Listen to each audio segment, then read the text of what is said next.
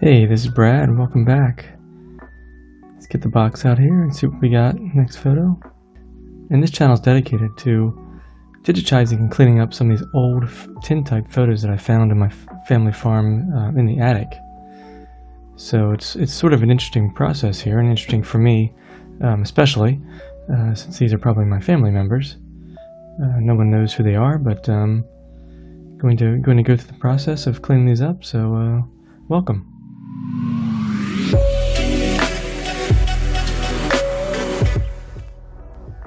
You can see it close up here as I move it closer to the camera. Getting a little too close, it gets out of focus, but lots of little dots on here, lots of little small scratches.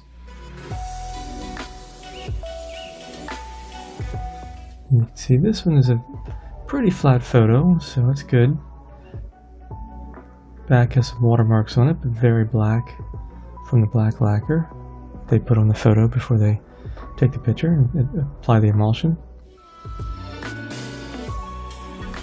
You can see here there's some damage on the left and the top. Looks like they may have kind of ripped it out of a frame, possibly. I'm not really sure, but you can see it's just full of little dust there. And as we get into Photoshop, it's even more little miniature little lines in there, just little miniature scratches.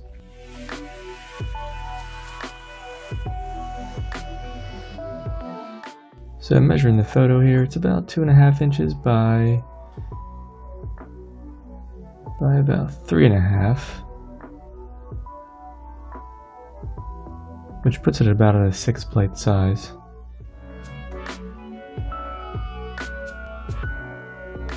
Now I got my sable brush here, just a watercolor brush. It's really smooth fibers to make sure I don't damage the photo, and just going through it very gently and just cleaning off all the dust. Just getting it prepared to scan.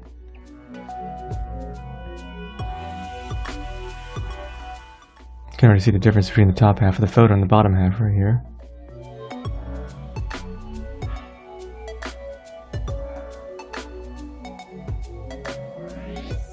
I'm sure this photo would look fine with some sort of a vignette mat around it or something like that. You wouldn't even see these scratches.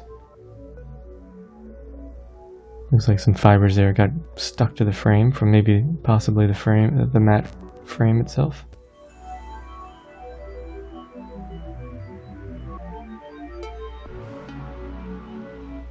Yeah, you can start to see those little miniature scratch lines there at the bottom. They ended up being really difficult in Photoshop. This is a lot more work than I actually thought. From my previous video, which has a photo with huge emulsion cracks in it, that was actually a little bit easier to clean up. This one is a little bit more tedious.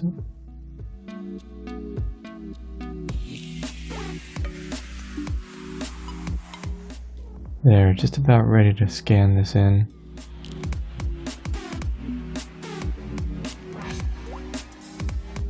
Looking much better now. Just this surface scratches that we have to deal with.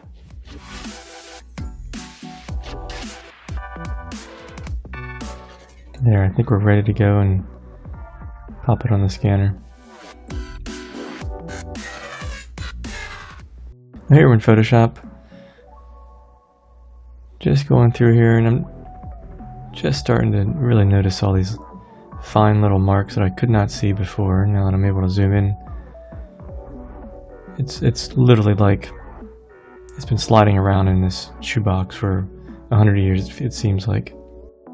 I want to be careful here with the skin, because I'm not sure whether or not some of these would be skin blemishes or not. So I did leave some of these that looked like they were part of the photo. Remember, my goal here is not to make this perfect photo, but leave the character. This photo is probably 150, 170 years old. I'm not sure. And I don't want it to make it look like a brand new photo, but it has been sitting around for 150 years, so I want to leave that character in here. So I'm just cleaning up the scratching and the dust, and not trying to really fix around the edges or make it look like a brand new photo. So I do leave some of the blemishes, but especially around the very edges, I don't even touch those edges. And then I also am bringing the lightness up in the photo. Just bringing out what may have not even been able to originally be seen, but when you digitize it, then you're able to bring out and control the true contrast and highlights and really the dark shadows. I'm just using the healing tool here, so there it is before, and there after. Cleaned up. Still have the lines around the bottom, around the left, around the top, but that's okay. I'm not going to try to put in something that's just totally missing, so. Alright, thanks for watching. If you think I've deserved a subscribe or like, please do so, and I would appreciate it. Thank you. See you next time.